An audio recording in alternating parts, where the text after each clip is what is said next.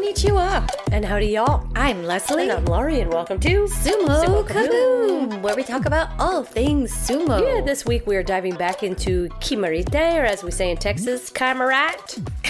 Those are the sumo winning moves that you use in the sumo ring. And we're doing this in case we have beginners out there who want to learn, or anybody really who wants to learn a little bit more about these moves in the ring. Yeah, I'm definitely still learning, like, the real basic stuff. Well, I think we all are. Yeah. But this week we went to Bruce Henderson of the Tachiai Blog. He's a real pro. He is a real pro. He's been watching sumo for a long time, writing about it for a long time, and he happens to live in our neighborhood. So we Not like literally in our neighborhood, but like real close by. Yeah, lives in the Dallas-Fort Worth area as well, in Texas. And so we called him up and said, hey, can we talk with you a little bit? And so we're going to share some of that conversation with you later. But first, I wanted to apologize. Last week, we did not have an episode. So this next week, I'm happy to be back. And I know some of you reached out and were wondering where we were. And life just got crazy busy. And that's just what happens sometimes, is we just couldn't make it happen. But we are back with you this week. And I think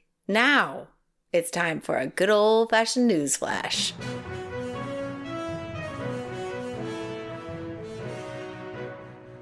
Okay, I think last time I mentioned that Kisano Sato, or Nishonoseki, got a new disciple, Nakamura, and he has been given a new shikona, which is, I believe, Ono Sato, which methinks that everyone in that stable is now going to have a Sato at the end of their name to honor their stable master. Oh, nice. So, well, you know how all the takas are, Takanosho, Takakeisho. Yeah. So we're going to have Satos. I think we're going to have something Sato. I think we're going to have a bunch of Satos. That's what I think. Okay. So that's a little bit of news. Also, biggest news is Wakataka Kage is going to have to have his whole right leg amputated. Oh, no, that is no, that would be bad. But the real news is not much better, though. Just kidding. He has ACL injury. He had reconstructive surgery on that right knee, and the worst part about it is the docs were like, we give you 6 months to 12 months of healing before you're back, which means when we see him, he will be possibly back down in Makushita. He's gonna be making the Terunofuji climb. I know. I mean, sumo loves a comeback, and I mean, I've heard also that, like, if it's 6 to 12 months, I mean, in sumo time, that's like 2 weeks. That's like he'll be doing basic exercises next week.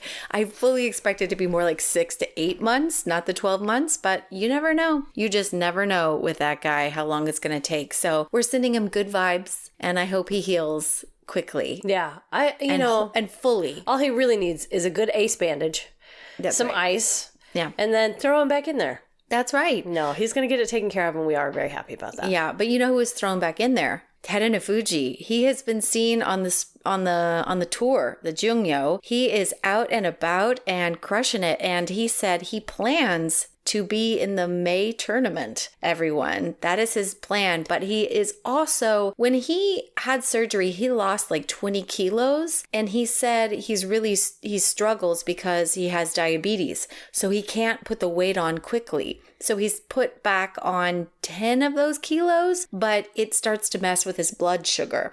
So we will most likely see him back, but I think that's his way of saying, like, I can't get back up to top fighting form because he has to get back to his regular weight, and that messes with his blood sugar. And so he has to do it safely and slowly. So we'll see a skinnier version come May. But I'm glad to know that he's going to be back after like 4 tournaments. Wouldn't it be funny if he showed up and he was like 5'8" and only weighed about 180 pounds? We're like, how did he shrink? Yeah, right? No. I saw a picture of him today, and he was smiling. Yeah, I think everybody's loving seeing him back. He's loving being back. Yeah. And he won like one of the tournament days, the elimination rounds. Everybody's letting him win. It's fabulous. I know, just as long as they keep him safe. Yeah, they're all like, great, you can win every single fight in the Jungyo. We will let you win forever. And he's loving it.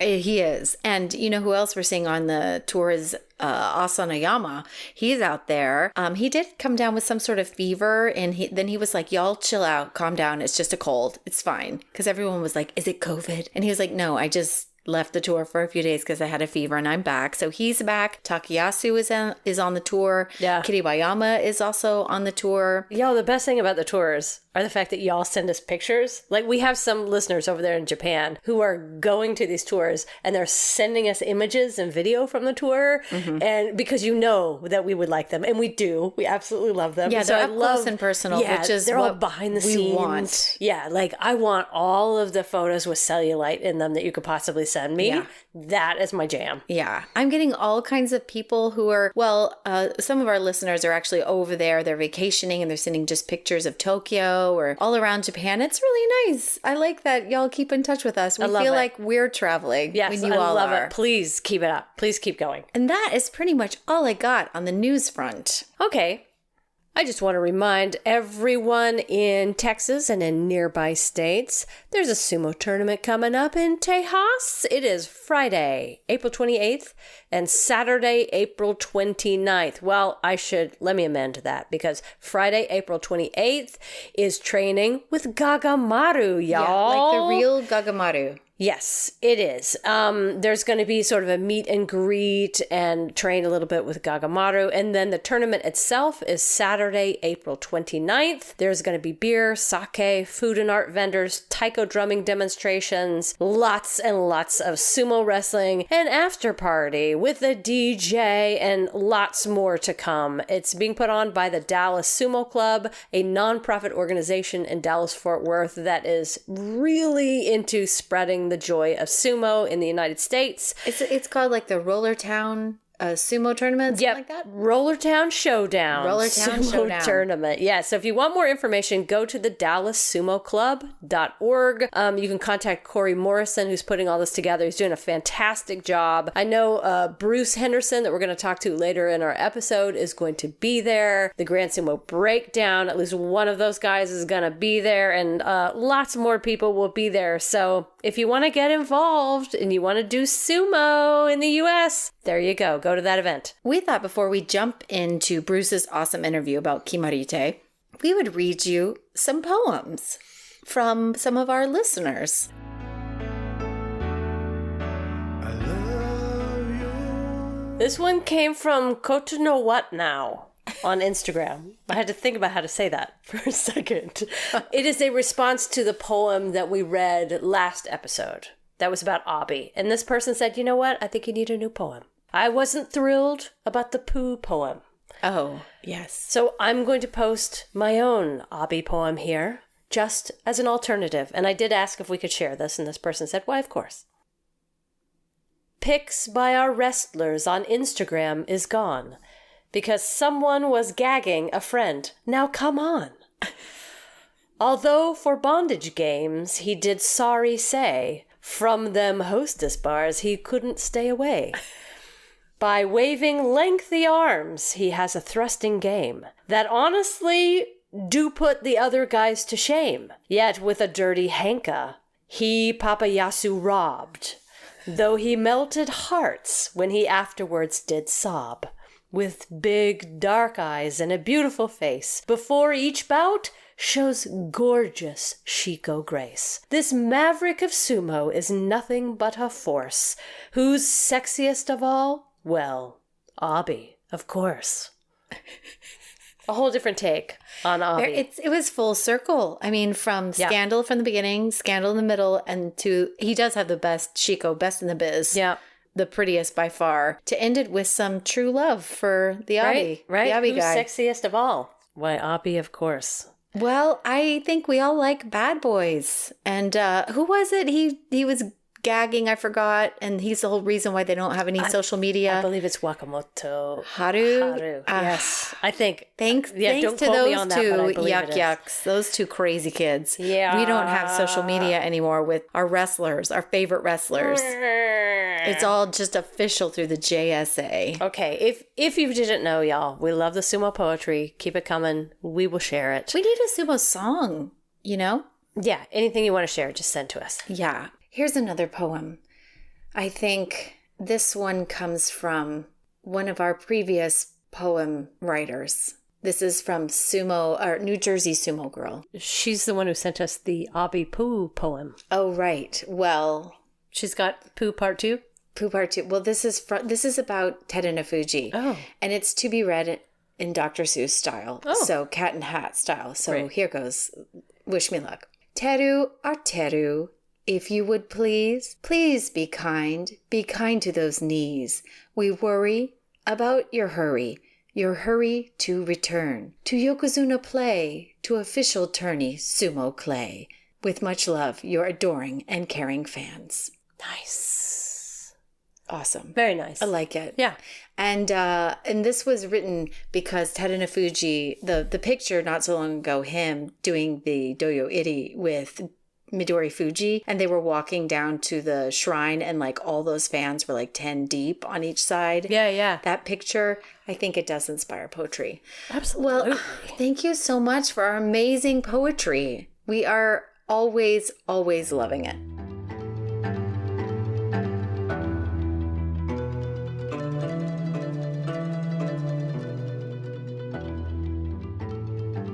Let's skip to Bruce Henderson. We had this conversation with Bruce. We just said, let's talk a little bit about the Kimarite. Just give us an overview. But he started with a very interesting discussion about the Henka. Why don't you introduce yourself and talk a little bit about Tachiai Blog?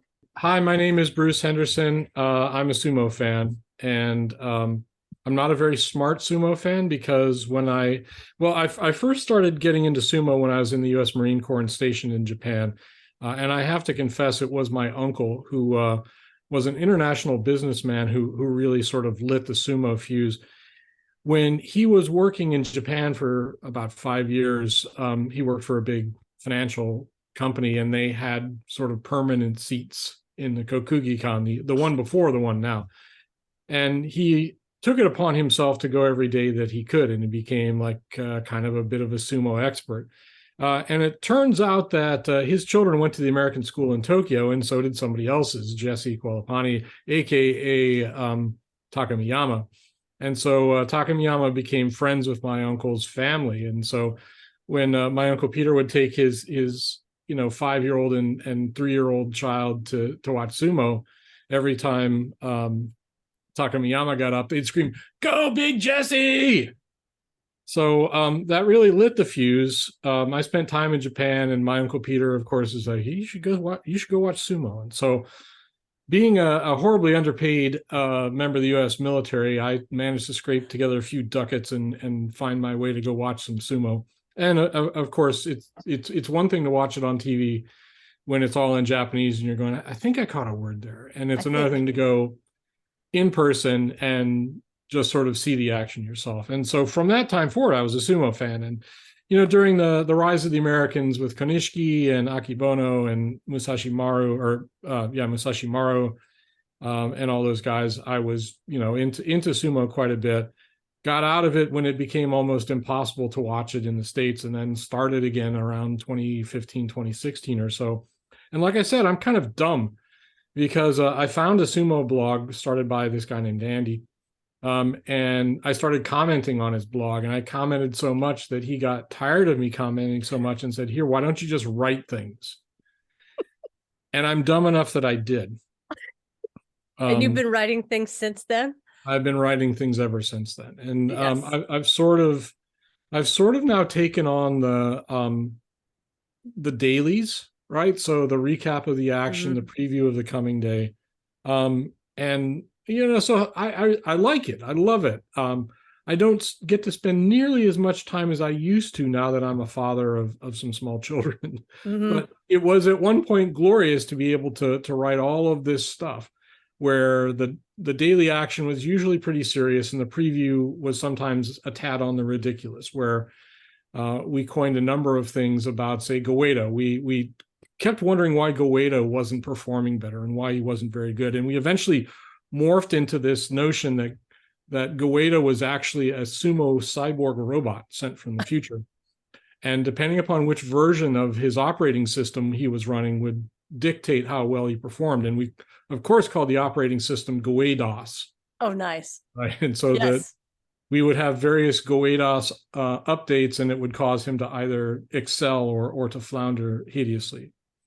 So sadly, these days, I don't have nearly as much time to cook up the ridiculous stuff as I used to, and I think fans miss it a lot, but I still love to write about sumo. Yeah. Well, and that's why I wanted to talk with you about Kimarite, because this is one of those subjects that for many people is kind of like they're looking at it through the fog. Like they sort of have an idea of what's going on up there, and they catch a name here and there of what the Kimarite are. And so we thought, okay, between these basho, this year, we're going to see if we can break some down. So last week, we broke down the non-winning techniques, like all the ways you could win sumo without actually winning. Like someone pulls your hair or someone steps out. Yeah, but I wanted to talk about those because, all right, we'll get into it. I'm going to talk about those too because okay. I would love opinions. Okay, good. I love your opinions, and that is exactly why I wanted to talk with you.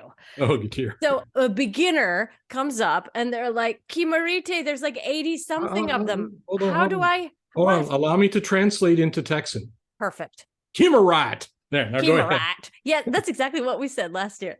Yeah, and Kimarite. So there's a lot of Kimarite. There are. I'm going to say something terrible. What? There's 84 is not enough. There needs to be more. 90s or over 100? I don't know. So if you go and you watch sumo, yeah, and you watch too much sumo like I do, including some of the lower division stuffs, and you see sometimes they're just like, I don't know, it's a yorikiri there. Exactly. It's a catch-all, right? It's like, I don't know what the heck they did. It was the oshidashi. Get off the dohyo, kids. I don't care what it was. Get out of here. It's an oshidashi with their arms crossed and right. Yeah. And yes. And the mawashi fell down, but it's still an oshidashi. Get out of here. It's still an oshidashi. Right. And I think that, I love Japan. I love Japanese culture almost as much as I love American culture. And the Japanese love nomenclature. They just adore nomenclature, finding out words and categories for all different things. And I think it's one of the things that makes Japan tick. And it's got to be chafing somebody that there's only 84 Kimarite out there, right? It's like, but that wasn't this and that and the other. Okay, yes, there are 84 of the damn thing. There are 82, 84, something like that. So I'm going to talk about some of my favorites. And veteran sumo fans and people with strong opinions, you may wish to go get something stiff to drink now because I'm going to go Bruce on it. Perfect. So, I've got my Sprite. All right. I got to talk about Henka. I don't know if you talked about Henka in your last one because I haven't had a chance. We have not. No, we have not talked about the Henka. Henka is where you have this tachiai, the initial charge, the two guys slamming into each other with maximum force. But one of them, or sometimes both of them, decide not to make contact and try to take advantage of the other person's momentum to push them out. Well, the Henka is generally frowned upon by many sumo fans, especially ones in the stadium, because they want to see these two big, powerful dudes slug it out. Yeah. If you've got a Henka, that means that somebody's like not going to have the fight. Well, hey, and I'm now going to support my position. There are not enough Kimarite. Okay. Or Kimarites if you're in Texas. Kimarite. Kimrites. No, don't pronounce that middle one. It's silent. Kimarite. Kimrites. Okay, great. So first of all, there's the hit and shift. That's the one that's most common. That's where one of the rikishi is going to only absorb part of the blow and then move to the side, usually in order to apply a slap down or a push down. And so what happens is, as one guy is coming past, they'll take the hand that's closest to the rikishi that is absorbing the henka, and they'll push them down by the shoulder. Or they'll grab them by the back of the neck, right? So it's a slap, it's a push, or sometimes if you're really nimble, it's a pull. Okay. Right? And the hit and shift is the one that we usually see. Okay. And sometimes there's almost no contact at all, right? And this is like the complete get out of the way stuff. And when it's well done, it's really a thing of art. So I want to go back into the ancient days, and I apologize because so many fans have joined sumo in the last 5 years or the last 10 years there are some great legendary figures in sumo classics, and I'm sorry, I have to comment now that that the Sumo Kyokai has taken upon itself to take down an incredible library of old tournament videos that were put up by the likes of Jason, the likes of Kintamayama, and all these other people. And it's robbing fans of the ability to look at Mayonumi. Mayonumi, aka Mighty Mouse, was the Picasso of the Henka. Okay. He had more Henka styles than you have ever seen, even with the modern Henka masters. They are tremendous Henkas. Some of them are just pure artistry because it's this little guy. He'll usually pull it out against a big guy. The big guy goes a stumbling or a tumbling, and Mayonumi grabs him and is able to take control of the match. Mayonumi, what's the range that you're talking about here? Of what he can do? Yes, the range of the Henka. The range. Okay, so you've got the hit and shift, right? Yes, which I talked about. And at the other end, we have what I call the flying Henka, where the person who is dodging the attack leaps into the air or leaps to the side, or sometimes even leaps over the onrushing Rikishi in order to get behind them or to the side. And Mayonumi, like leapfrog. Yes. So Mayonumi, given his small size, his high strength, his high thrust to weight ratio, is able to do these flying Henkas. Now, there's other people who've been able to do these Henkas really well. And Chiyo Shoma, right? You may hear some older fans grumble about Chiyo Shoma. Chiyo Shoma these days does pretty much straight ahead sumo. And if we want to talk about Kimarite numbers, we can look at what he normally does to win. But he used to be, I referred to him in the blog as the Henka dispenser, because you knew he was going to Henka you. You're going to get 5 or 6 of them each and every tournament, right? And it's like, what kind of form is he going to make? Well, those numbers are down now. He's only doing like 1 or 2. No, he's doing straight ahead sumo now. So, but the real master who took over the crown from Mayonumi was Amenishiki, or Uncle Sumo, as I called him. He was the master of the Henka. He would Henka all the time, left, right, and sideways. And some of them were glorious, and some of them were, okay, well, what was that? Right. So you had a whole range. So we go from hit and shift to what is sometimes called the Henka non-Henka, which is something that Haruma used to do, which is you don't completely absorb the Tachiai, you sort of redirect it. It's very much a sort of karate, jujitsu type move where you focus your opponent's energy in a different direction in order to gain advantage. And the Henka non-Henka gets used quite a bit still, because Haruma used it with great effect, frequently against people like Hakuho, in order to get to the side of them and be able to open up a route to get a hold of Hakuho's body. Now, how is that different from the meet and shift? Henka, no Henka. So it is a variable on how much of the frontal charge you actually absorb. So this Henka non-Henka, you're actually absorbing a fair amount of it, but you're doing it at an oblique angle. So rather than hitting head to head, you're hitting like this to the side. Okay, and you would still call that a Henka / no Henka. Henka no Henka, yes. Okay, all right, I like this. Okay, sure. You've got complete avoidance of the initial hit. You've got a meet and move, or meet and shift, whatever you want to call it. You've got the hit and shift. You've got the Henka no Henka. What else? So a couple other things on the Henka. Hakuho had one. He didn't use it very often. He got in trouble for it whenever he did, because he's the Dai Yokozuna to end them all. But there are a couple great matches between him and Haruma or him and Kiseno Sato, where he pulls this thing out, and you can tell it's coming because the hirate, the face slap that Hakuho used to like to do, he would do a face slap as he was moving to the side, right? In order to focus his opponent's attention forward, right? While his body was moving elsewhere.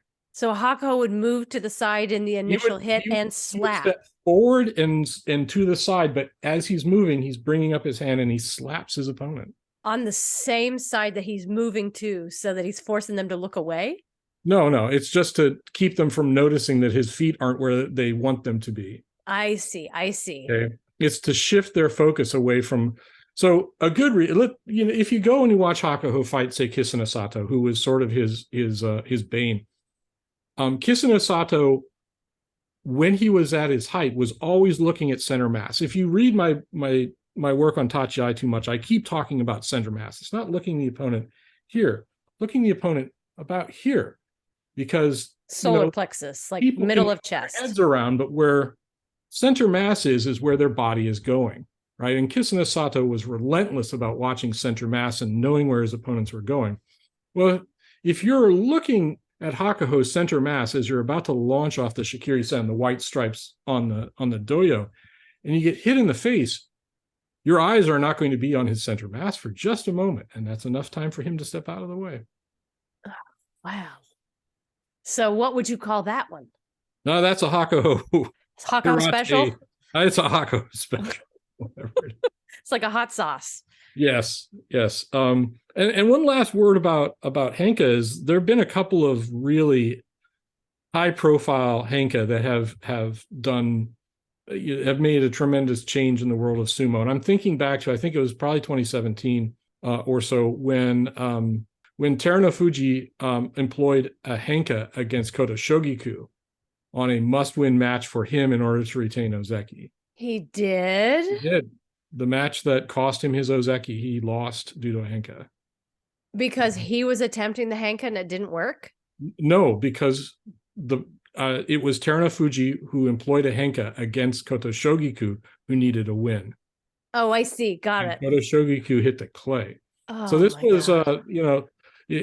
I'm sure you're about to get a flood of comments because people are, anytime you bring that up, people get very, very itchy and very, very excited about that. I have not seen that match.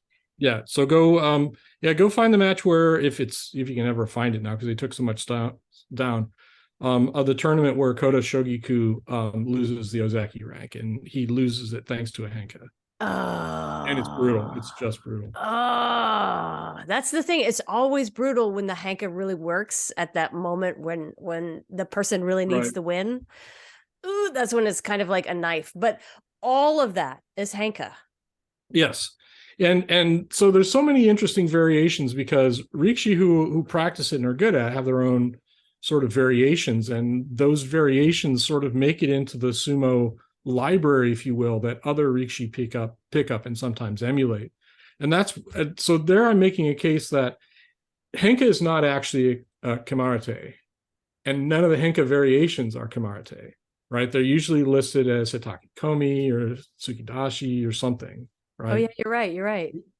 Tsukiotoshi, sorry. I'm sorry. That's okay. I'm never going to correct you about that, ever. Sorry, getting lost. I know the actual experts now are going, you bastard, you're getting it wrong.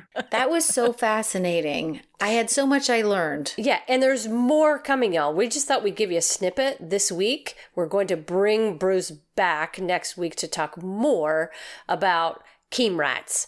Or Kimarite. Yeah.